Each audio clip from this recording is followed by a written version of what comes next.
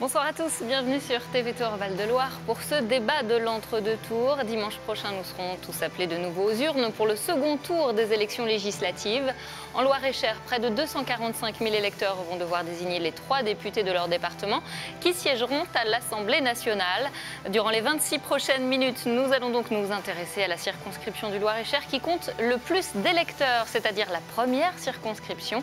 Elle concerne notamment les habitants des cantons de Blois, Montrichard, Vineuil ou Contre. 2 candidats vont s'opposer sur ce secteur, Marc Fesneau pour la majorité présidentielle et Reda Belkadi pour la nouvelle Union populaire écologique et sociale. Messieurs, bonsoir. Bonsoir. Bonsoir. Et pour co-présenter cette émission à mes côtés, j'accueille également Christophe Gendry, directeur départemental de la Nouvelle République en Loir-et-Cher. Bonsoir. Bonsoir. Alors d'abord Christophe, avec vous, on va revenir rapidement sur les résultats de ce premier tour dans la première circonscription du Loir-et-Cher. Alors oui, donc on a eu une participation tout juste au-dessus de la moyenne, 50,20%. Marc Fesneau, donc majorité présidentielle ensemble, qui vient du MoDem, donc 12 985 voix, soit 31,97%. Et donc Reda Belkadi, NUP, qui vient lui de la France Insoumise, 9 873 voix, soit 24,31%. Alors pour permettre aux électeurs de mieux connaître et comprendre ce qui vous distingue, messieurs, on va donc développer plusieurs thématiques concernantes pour les Loir-et-Chériens. Et on débute avec le problème de la désertification médicale, un problème que vous connaissez d'ailleurs vous-même, Christophe. Et oui, bien sûr, et pour l'avoir expérimenté moi-même, et en l'occurrence mon cas n'est pas particulier, puisque des milliers de personnes sont logées à la même enseigne en ce moment à Blois et dans le Loir-et-Cher, où il est devenu quasiment impossible de trouver un médecin référent. On manque donc de praticiens en médecine de ville et ça a des répercussions sur l'hôpital et les urgences où 40% des passages relèvent en fait de l'ambulatoire. Alors, quelles seraient vos solutions à l'un et à l'autre pour attirer plus de professionnels de santé parce que les médecins ne sont pas les seuls concernés en Loir-et-Cher? Monsieur Belkadi? Alors, sur la question des déserts médicaux, qui en réalité sont un problème plus large que la question strictement médicale, il y a une désertification d'une manière générale en service public. On le voit à Blois, on le voit dans le reste de la circonscription et même du pays. Alors, sur la question de la ville, il y a urgence à réorganiser la médecine de ville en impliquant l'ensemble des acteurs, qu'il s'agisse des médecins, des ambulanciers, y compris des usagers évidemment, pour réorganiser dans les collectivités l'organisation de la santé dans les territoires. Il y a des mesures immédiates comme celle-là et il y a évidemment dans le plus long terme des investissements massifs à prévoir pour que chaque habitant dans le pays se situe à moins de 30 minutes d'un service de santé et même de services publics essentiels plus largement. Comment on fait pour qu'il y ait des professionnels dans ces services de santé, j'allais dire, parce que voilà, on peut construire des maisons de santé, mais il faut encore qu'il y ait du personnel dedans. C'est tout l'enjeu. Je partage en partie ce qui a été dit d'ailleurs sur le diagnostic et ce qu'a dit Christophe Gendry sur le diagnostic. On est dans une situation, la région centre est dans une situation très difficile. Alors il y a d'abord ce qu'on a fait dans le quinquennat qui s'achève, la libération du numerus clausus. Il y a ce qu'on a fait aussi très récemment, la construction d'une fac dentaire à Tours, parce que comme ça a été dit, il n'y a pas que les médecins. Et donc ça, c'est des éléments. Il y a la première cohorte de jeunes formés, c'est en septembre 2022. Mais après, le temps qu'ils arrivent sur le terrain, ça sera dans nos prédécesseurs l'auraient fait il y a 10 ans, on ne serait pas dans cette situation. Donc nous l'avons fait. Et puis la création d'une deuxième fac universitaire à Orléans qui permettra, parce que ça c'est concret, de passer de 250 à 500 médecins formés. Vous avez raison, il va falloir du temps. Dans l'intervalle, c'est quoi les outils? Dans l'intervalle, c'est de développer plus encore les affaires de stage. J'ai vu beaucoup d'endroits dans la circonscription et dans d'autres endroits où le fait d'avoir pris un stagiaire permet à quelqu'un de découvrir un territoire et de s'y installer. La question de la télémédecine qu'il faut encore développer, la question des maisons de santé pluridisciplinaires. Donc il faut qu'on gère dans ce moment de pénurie par tous les outils et moyens qu'on a. Il y a ce que fait la région, parce que je salue, y compris sur les affaires du CHU d'Orléans et sur la fac dentaire de Tours, ce qui a été fait comme travail de coopération. Comme la région va recruter des médecins et les salariés. Non, on a même coopéré sur l'affaire des facs. Comme quoi la coopération c'est utile. Et donc on a avancé. Et par ailleurs, la région s'est engagée dans le salariat, qui est aussi une des voies. Je dis une chose quand même qui est un problème d'attractivité qui doit tous nous mobiliser, c'est qu'il y a 250 médecins, un peu moins, qui sont formés aujourd'hui en région centre à la fac de Tours. La moitié d'entre eux ne s'installent pas en région centre. Donc la question est à la fois de les former, mais c'est aussi de leur donner envie de découvrir et de s'installer dans le territoire. Monsieur Belkadi, est-ce que vous pensez qu'il faut imposer à ces futurs professionnels de s'installer en priorité dans les territoires sous-dotés? D'abord revenir sur la question du numerus clausus. Effectivement, ça fait 50 ans qu'on s'entête à vouloir limiter le nombre de médecins, ce qui était une aberration. Alors on l'a supprimé, remplacé par un numerus apertus qui en tout cas, veut faire l'inverse, c'est-à-dire en mettant un nombre minimum dans les faits, on va avoir un problème d'investissement dans les structures, puisque aujourd'hui, en tout cas, ce numerus apertus n'est pas significativement plus élevé que le numerus clausus ancien. Donc, ça ne va pas changer grand-chose pour l'instant si on n'investit pas dans les infrastructures existantes pour que les facultés puissent accueillir davantage de médécins. Concrètement, est-ce que les professionnels, on les force à rester dans les territoires sous-dotés ? Le sujet est plus compliqué que cela parce qu'il y a un problème plus global de démographie médicale. Donc il y a d'abord et avant tout la question de former davantage de professionnels. Alors dans un temps très court, pourquoi pas ? On peut se dire que dans les quelques années qui viennent, pour répondre à cette urgence de désertification médicale et pour rétablir une justice territoriale, on pourrait faire ça. Sauf que le problème est beaucoup plus complexe en réalité. Ça ne va pas résoudre le problème dans le temps long. On a besoin... Pourquoi pas de le faire aujourd'hui, mais ça pose également une autre question, c'est de la manière dont on traite les étudiants en médecine, notamment les internes, qui sont largement sous-rémunérés pour des horaires de travail absolument délirants des fois.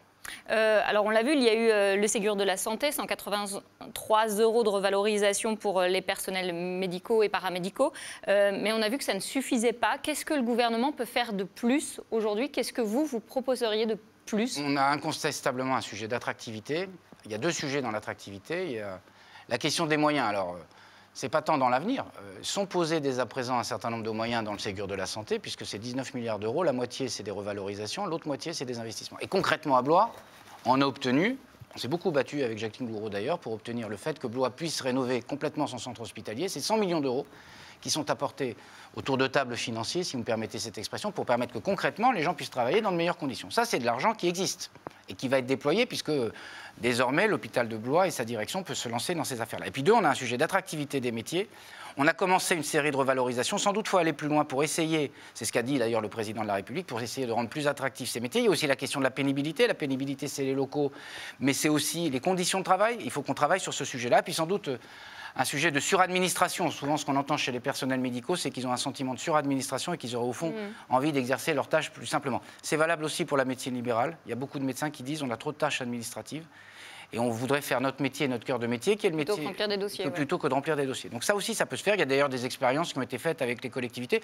Il faut saluer aussi l'engagement des collectivités dans cette affaire.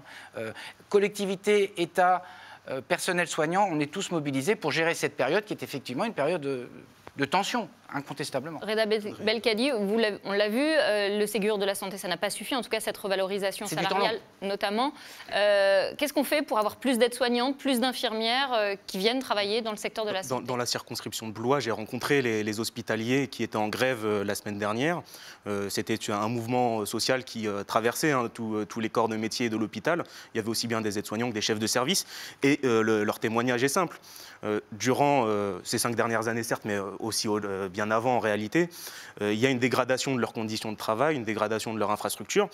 On a vu durant les 5 années qui se sont écoulées, et c'est une logique, encore une fois, qui remonte à avant Macron, mais qu'Emmanuel Macron a amplifiée, c'est celle de la suppression des lits. On l'a vu pendant la crise sanitaire, ça s'est poursuivi. Alors quoi, on réouvre des lits ? Il faut rouvrir des lits, évidemment. Alors, il ne suffit pas de claquer des doigts pour que ça s'ouvre. Il faut des médecins et des personnels. Il faut des médecins. Mais pourquoi n'y a-t-il plus de médecins ? Et ce n'est pas simplement la question du numerus clausus. Ce n'est pas une question que de médecins, parce que les lits, il faut aussi des infirmiers, des aides-soignants. Oui, mais j'ai dit des personnels soignants. C'est des formations qui sont beaucoup plus courtes. Mais la réalité aujourd'hui, évidemment, c'est la valorisation du travail de ces personnels qui, aujourd'hui, ne sont pas considérés à la hauteur de ce qu'ils apportent à la société. Et c'est aussi ce qu'ils nous disent quand ils se mobilisent lors de grèves, lors de manifestations.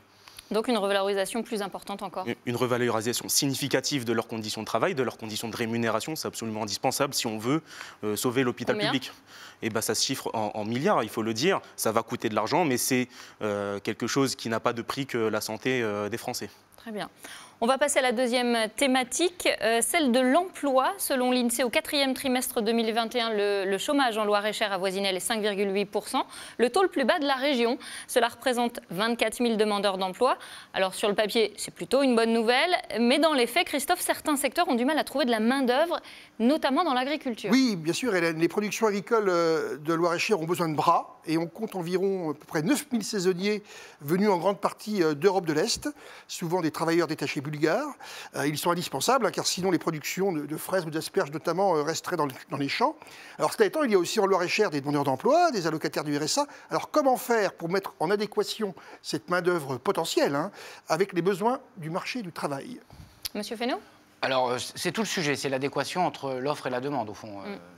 La difficulté, c'est qu'on a des gens qui sont demandeurs d'emploi, mais qui ne sont pas forcément en situation de pouvoir aller ici cueillir des fraises, là cueillir des cornichons ou des produits agricoles. Alors on a un sujet majeur, parce que vous avez raison, cette année on a eu un phénomène nouveau, c'est qu'une difficulté plus ample encore pour trouver des saisonniers, ce qui fait qu'on a eu des pertes de récolte. Sur les fraises, c'est entre 20 et 25% de fraises qui ont été laissées sur le champ et qui auraient pu être mises en marché. Donc c'est une perte nette pour l'économie du Loir-et-Cher et c'est un sujet très grave. Alors je me suis saisi de la question à l'époque, c'était il y a 1 mois et demi environ, 2 mois, pour faire en sorte qu'on puisse débloquer au fond les procédures. Alors c'était plutôt avec le Maroc, pour être un peu précis sur le sujet, pour essayer de débloquer les situations d'urgence. Ça, c'est gérer l'urgence. Et on a le même sujet sur juin, juillet, août, puisque les saisonniers, M. Gendry le sait très bien, c'est une période très longue, et vous l'avez dit, c'est plus de 9000 saisonniers, donc c'est beaucoup de monde, au fond, dont on a besoin. Puis sur le temps plus moyen et long, c'est d'essayer d'orienter les gens vers ces métiers, qui sont parfois des métiers qui, dans l'opinion publique, sont assez dévalorisés. Alors c'est le travail des agriculteurs, eux-mêmes ont procédé d'ailleurs,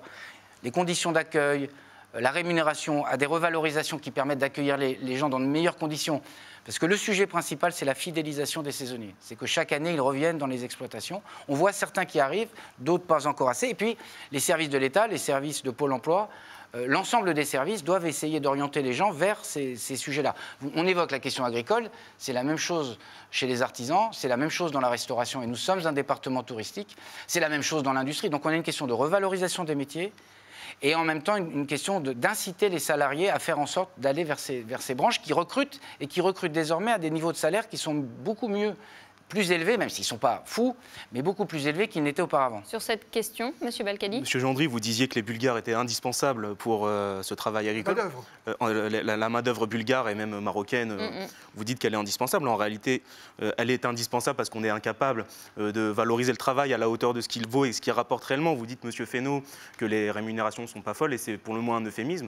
Ce n'est pas des conditions de travail que l'on peut décemment accepter quand on vit en France. Et je rajouterais qu'il y a justement, par rapport à ces travailleurs détachés, une mise en concurrence qui est insupportable, notamment au niveau de la question des cotisations sociales. On a une mise en concurrence qui fait qu'automatiquement, recruter un Marocain ou recruter un Bulgare coûte moins cher que de recruter un Français. Donc on a une mise en concurrence des travailleurs. Ça n'est pas exact, ça n'est plus exact, mais ça n'est plus exact puisqu'on a fait des démarches au niveau européen pour que les cotisations sociales soient désormais payées dans le pays d'accueil, parce qu'effectivement c'était le biais, mais ça c'est ce qu'on a changé dans le quinquennat. Donc la rémunération, elle est la même pour un travailleur marocain que pour un travailleur français. Donc ça n'explique pas ce que vous dites, si je peux me permettre. Elle est équivalente, d'accord, mais elle est équivalente pour un Marocain et pour un Français. Maintenant, il faut savoir ce qu'est le coût de la vie au Maroc, ce qu'est le coût de la vie en France. Et donc, évidemment, la mise en concurrence se pose là, en fait.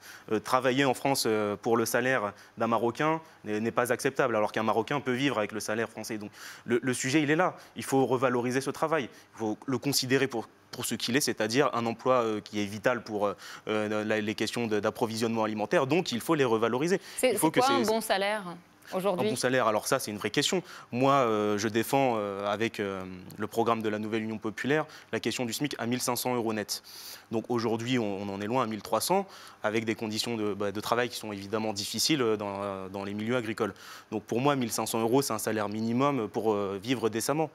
Et cette question de la revalorisation des salaires, elle se pose dans l'agriculture, mais elle se pose dans l'ensemble de la société. C'est à l'employeur de faire cette démarche. Elle se pose dans l'ensemble de la société. Tous les employeurs ne peuvent pas mettre un salaire de base à 1 500 €. Je suis d'accord. Alors il y a un accompagnement et une justice à établir entre les différentes entreprises. Certaines entreprises n'auront aucune difficulté à le faire et d'autres doivent être accompagnées. Mais il faut faire cet effort parce que le travail rapporte de moins en moins comparé à l'augmentation des prix. Et c'est pour cela aussi qu'on trouve des chômeurs qui ne vont pas travailler là parce que ça ne rapporte quasiment plus rien en comparaison. Je voulais vous entendre sur la proposition d'Emmanuel Macron qu'il a fait en mars dernier de conditionner le versement du RSA à une activité de 15 à 20 heures par semaine. Vous en pensez quoi, vous, Reda Belkadi ? Avec le chômage que l'on connaît, ce n'est pas sérieux. Le RSA, surtout pour le montant qu'il est, c'est rien du tout. Pourquoi ne pas recruter ces gens dans des conditions de travail stables et durables ? Pourquoi les maintenir au RSA alors qu'on pourrait les recruter ? Il y a des milliers d'emplois créés dans la fonction publique, il y a des milliers d'emplois à relocaliser. Pourquoi subventionner ce travail-là? C'est du travail forcé, on peut le dire. Alors pourquoi imposer ça? Pourquoi ne pas créer des emplois, tout simplement? L'ambition ou la philosophie de ce projet? L'ambition et la philosophie, c'est de faire en sorte qu'on puisse remettre sur le chemin de l'emploi des gens qui en sont parfois très éloignés. Et moi, j'en fais pas grief, j'ai jamais eu des propos, tout le monde peut en témoigner, qui soient lapidaires ou un peu caricaturaux là-dessus. Mais il y a un certain nombre de gens qu'il faut mettre en situation, l'activité pouvant être de rentrer dans un processus de formation. Parce que ça n'est pas souhaitable de laisser des gens dans la situation du RSA. Et pardon de le dire aussi, vous dites qu'il faut créer des emplois de service public. Moi, j'entends beaucoup de dépenses, mais je vais vous dire, il faut aussi créer de la richesse pour qu'on puisse avoir des dépenses. Non, pour on crée plus que jamais de la richesse. Non, pour qu'on puisse créer de la richesse, il faut qu'on ait des entreprises qui soient compétitives, parce qu'on n'est pas sur une île déserte, si je peux me permettre. On a évoqué les questions agricoles, on a évoqué les questions industrielles. Nous ne sommes pas tout seuls.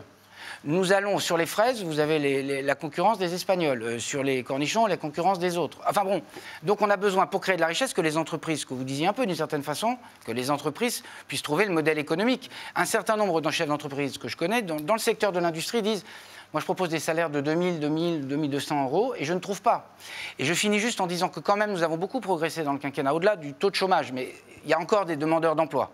Donc, ce n'est pas forcément satisfaisant, mais il a baissé comme jamais. Oui. Et deux, c'est la voie professionnelle et de l'apprentissage dans laquelle on s'est orienté. Ça fait là aussi 30 ans qu'on disait on n'arrive pas à lancer l'apprentissage. On est passé de 380 000 à presque 800 000 cette année. Et ça, c'est une voie d'avenir parce que c'est une voie d'intégration. Allez, on va passer à la dernière grande thématique, celle de la sécurité. Dimanche dernier, une mère de famille d'une trentaine d'années a été poignardée à mort à Blois. Son conjoint a évidemment avoué le meurtre. Il s'agirait du 50e féminicide en France depuis le début de l'année.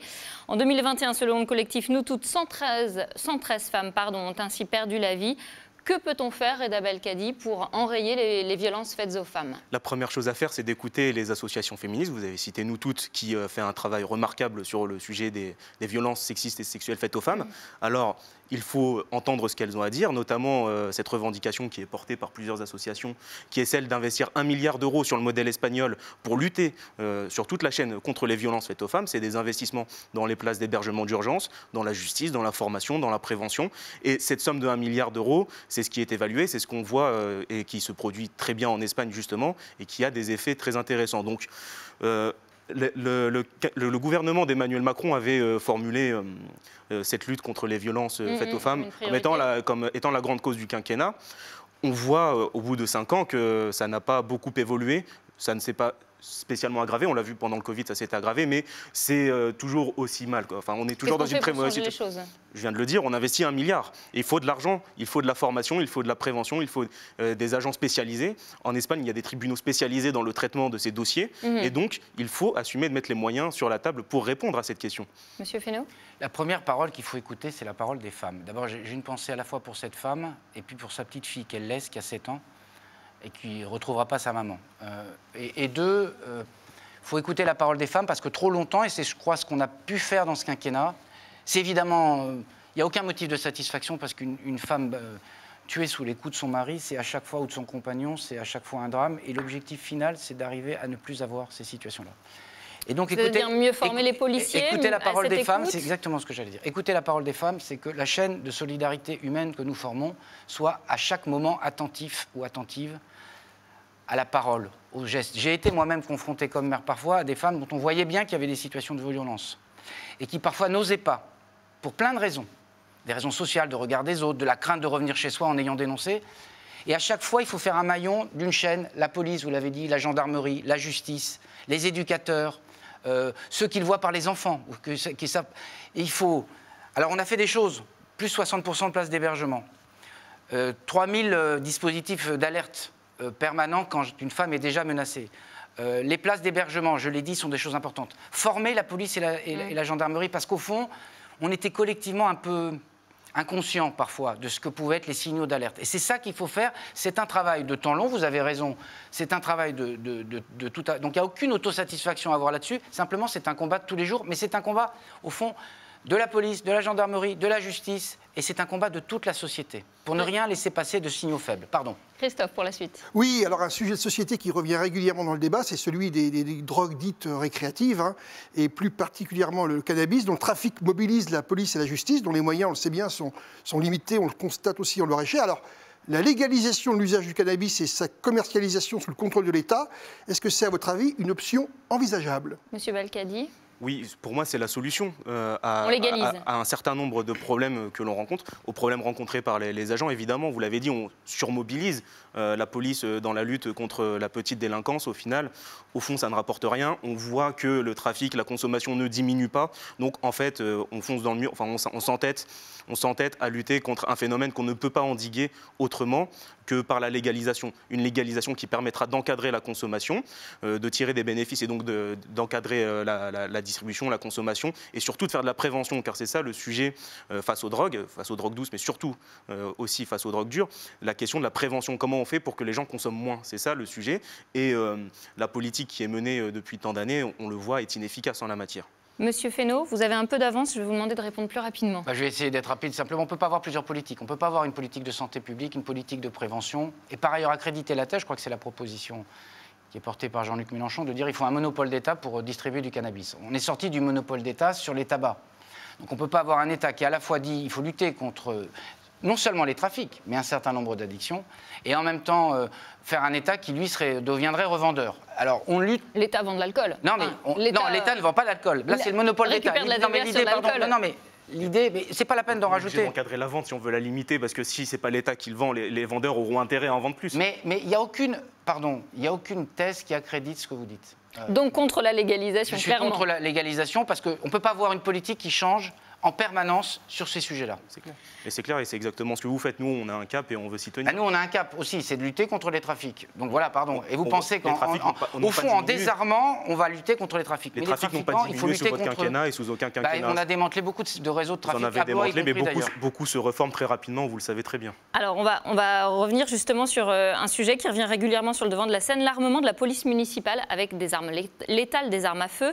58% des policiers municipaux de France étaient armés fin 2020. À Blois, le débat a eu lieu, mais il n'est pas encore tranché. Quelle est votre position, Monsieur Belkadi? Armement ou pas des policiers municipaux? Je pense que nous ne devons plus laisser les collectivités gérer individuellement cette question. Pour moi, c'est une question d'ordre national. La gestion, c'est une compétence, de mon point de vue, qui doit être nationale. Et donc l'État doit, à mon avis, reculer sur la question de l'usage des armes pour la police municipale, car ce n'est pas dans leurs attributions que d'être armés. En revanche... Vous le disiez, face aux délinquants, ils ne font plus forcément face. Alors comment on s'attaque à cette délinquance si on n'a pas les armes, j'allais dire? De mon point de vue, le rôle de la police municipale n'est pas de lutter de front contre ces trafics.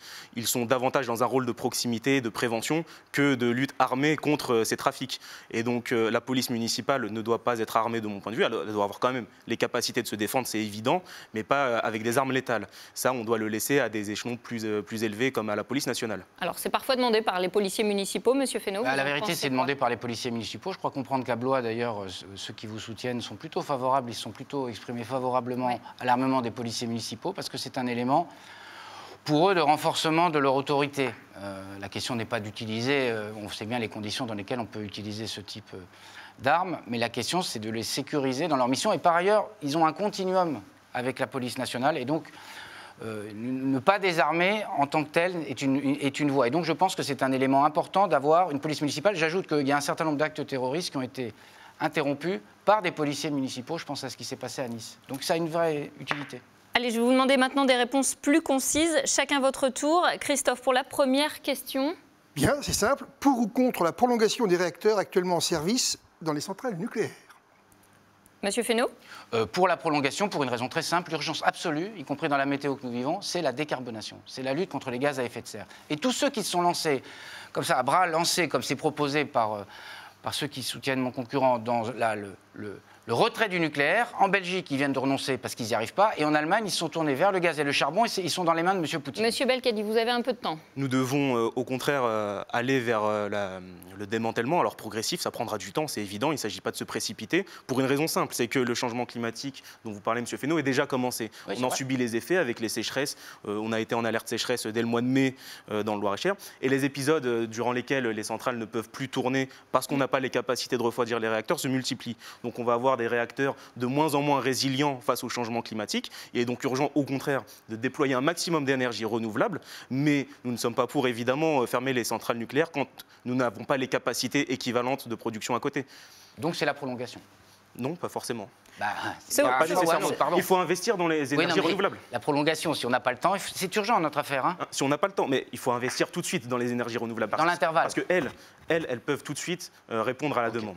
Ce week-end, ce sera d'actualité avec le Game Fair. Pour ou contre l'interdiction de la chasse le week-end? Contre, tout simplement parce qu'au fond, c'est d'ailleurs le projet va plus loin de la NUP, c'est un projet d'interdiction le week-end, les jours fériés. À la vérité, je ne retirerai rien au propos de M. Roussel du Parti communiste qui dit c'est une activité populaire, c'est un héritage de la Révolution. Et au fond, si on ne dit pas le week-end et pas les vacances, je sais qui ça prive de cette activité, les ouvriers, les artisans et ceux qui ne peuvent pas libérer le lundi ou le mardi. Pour la chasse le week-end, M. Belkadi? Contre, évidemment, et merci de déployer mes éléments de programme du coup. Pour une raison toute simple, c'est que les gens ont le droit de se promener les week-ends et les jours fériés sans risquer pour la vie et celle de leurs enfants lorsqu'ils se promènent dans les bois. On a assisté à de trop nombreux accidents Ils sont en diminution et dans les forêts publiques, on ne peut pas chasser le week-end. Je vous invite à le regarder. La suite, Oui, Christophe? alors pour ou contre la nationalisation des autoroutes? Monsieur Belkadi? Nous sommes pour et nous irons plus loin que ça. Nous avons besoin d'un pôle public des transports, donc nous nationaliserons évidemment les autoroutes. Nous reviendrons sur le processus de privatisation des chemins de fer. Et il s'agit en fait là d'un pôle hautement stratégique dans la lutte contre le changement climatique et évidemment dans la manière dont on apporte du pouvoir d'achat aux Français. On voit les prix des péages augmenter d'année en année et donc l'État a un pouvoir. Est-ce que si les autoroutes sont nationalisées, elles coûteraient moins cher? On pourrait faire descendre le prix des péages? Bien sûr, bien sûr. Avant la nationalisation, ils augmentaient possible. tous les ans. Je suis très à l'aise parce que nous étions opposés à l'époque à la privatisation des autoroutes. Simplement, il faut parler concrètement des choses. Si on rompt un contrat, c'est 30 à 40 milliards d'euros. Qui c'est qui paye? De pénalités, vous voulez dire? Oui, parce qu'on rompt un contrat. Vous avez un contrat avec quelqu'un, il rompt son contrat, vous avez le droit à des pénalités. Et c'est normal pour vous, et c'est normal pour une société, et ce serait normal pour moi. Donc c'est 30 à 40 milliards. Qui paye? Ce n'est pas les sociétés d'autoroutes, c'est les Français, les 30 à 40 milliards. Il y a une dette, c'est 30 milliards d'euros. Donc on est obligé de subir les augmentations de péage, c'est ce que vous êtes en train de nous dire? Non, pas du tout. Je parle de l'idée de nationaliser ou pas. Voilà ce que ça coûte. C'est 30 plus 40. Alors après, dans 10 ans, on renégocie complètement, puisque c'est des concessions à terme. Ce n'est pas des concessions. Et donc on pose la question que dans 10 ans, pour pas que ça coûte un sou aux Français, on se dise après tout, mais je maintiens la position qui avait été la nôtre il y a 20 ans, hein, la position du MoDem et de François Bayrou, je pense qu'à ce moment-là, on pourrait se poser la question. Mais pas là, parce que là, on va accroître la charge de la dette, et au fond, la dette, c'est les Français qui la paieront. Monsieur Belkadi, comment on peut financer justement les autoroutes sans passer par le privé? Monsieur Fesneau dit que ça coûtera 40 milliards. Et le projet du gouvernement, c'est de réduire le déficit au maximum et d'économiser 80 milliards. Non, ce n'est pas le projet du gouvernement. C'est ce qui a été énoncé par Bruno Le Maire. C'est ce que vous dites vous, mais c'est pas ce qui a été énoncé par Bruno Le Maire. Non. Il y a une volonté de réduire les dépenses publiques de 80 milliards d'euros. C'est ce qu'il a dit. Et donc, non. Et là, désolé de le dire, mais un nombre considérables de services publics vont en pâtir, qu'il s'agisse des hôpitaux, qu'il s'agisse des transports, etc. Donc nous, on assume de mettre de l'argent sur la table, il y en a. Monsieur Fesneau dit qu'on ne produit pas de richesse, je ne suis pas d'accord, il y a des richesses considérables. Vous caricaturez trop, pas assez. C'est ce que vous avez dit tout à l'heure. Vous avez dit qu'il faut produire des richesses avant de les répartir. Moi, je dis que les richesses sont déjà là. Les richesses existent, mais elles ne sont pas réparties. Merci messieurs. On va passer à la dernière étape de cette émission. Vous avez chacun 1 minute pour convaincre vos électeurs. Alors je vais vous demander de fixer la caméra qui est devant vous, chacun. On commence avec vous, monsieur Reda Belkadi. Vous avez été tiré au sort. Vous pouvez regarder la caméra qui est là si vous le souhaitez. Merci. Alors, la nouvelle Union populaire, au soir du premier tour, est arrivée en tête de l'élection législative. Nous sommes en capacité, ce dimanche prochain, de gouverner. Nous n'avons rien à attendre d'une nouvelle majorité présidentielle conduite par Emmanuel Macron et représentée ici par Marc Fesneau. À l'entendre, on a presque l'impression que tout va mieux dans le pays. On le sait, vous comme moi, que ce n'est pas le cas, je le vis avec vous. Donc nous avons un programme applicable, concret, réaliste et chiffré, validé par les économistes. Nous pouvons augmenter les salaires, partir à la retraite plus tôt, encadrer les prix de l'énergie. Nous pouvons rebâtir, refonder, renforcer nos services publics de santé, de sécurité. Pour cela, il faut s'en donner les moyens. Nous sommes une coalition sérieuse, crédible, loin des caricatures qui sont faites par nos adversaires. Je suis soutenu par des élus de tous bords et de toutes les collectivités, à l'échelle de la région par son président, à l'échelle de la ville de Blois par son maire, par le président d'Aglopolis. Alors, nous sommes prêts à gouverner. Pour cela, il faut se mobiliser. Le dimanche 19 juin, votez Reda Belkadi. Merci monsieur Belkadi. Même exercice pour vous, monsieur Fesneau. Simplement dire aux électeurs de la première circonscription du Loir-et-Cher que nous sommes dans une situation très difficile, qui est celle du cumul de la crise Covid et de la crise ukrainienne, qui a un impact sur le pouvoir d'achat, sur l'inflation. On n'en a pas beaucoup parlé, mais c'est important de le redire à ce moment-là. Et donc, au fond, maintenant, on a un choix assez clair. C'est un choix entre un projet qui a essayé de faire en sorte de porter des propositions qui sont crédibles, des propositions qui s'inscrivent dans ce qu'est la réalité économique, dans la réalité sociale, la réalité géopolitique. Au fond, dimanche prochain, c'est le choix entre un projet qui vise plutôt à diviser, à adresser, on a vu sur un certain nombre de sujets, les Français les uns contre les autres, la police contre sa population, telle ou telle catégorie contre telle autre. Et nous avons un projet plutôt de rassemblement. C'est un projet qui vise, celui que nous portons, qui vise à porter plutôt une parole de vérité plutôt qu'une parole qui très vite serait démentie par les faits, et donc au fond un mensonge. Et donc dimanche prochain, c'est un choix pour le pays, c'est un choix pour la première circonscription. J'ai beaucoup œuvré pour ce territoire depuis 5 ans et bien plus encore, et donc je souhaite pouvoir poursuivre le travail à la fois qui est mené par cette majorité et poursuivre le travail au service du Loir-et-Cher. Merci Marc Fesneau. Eh bien voilà, 26 minutes se sont déjà écoulées. Merci de votre attention. J'espère que nous vous avons permis d'y voir plus clair dans les programmes de ces 2 candidats. Mais merci, messieurs, d'avoir participé à ce débat qui est resté cordial, mais tendu, mais cordial. C'est mieux. C'est mieux, effectivement. Merci à vous, Christophe. Ça aide la démocratie quand on est cordial. La politique, c'est du clivage. Oui. Merci à vous, Christophe, d'être venu me seconder ce soir. On se retrouve donc dimanche soir à partir de 19h45 pour vous faire vivre en direct les résultats sur les 3 circonscriptions du Loir-et-Cher. Nous serons à nouveau en direct de Blois. À dimanche soir.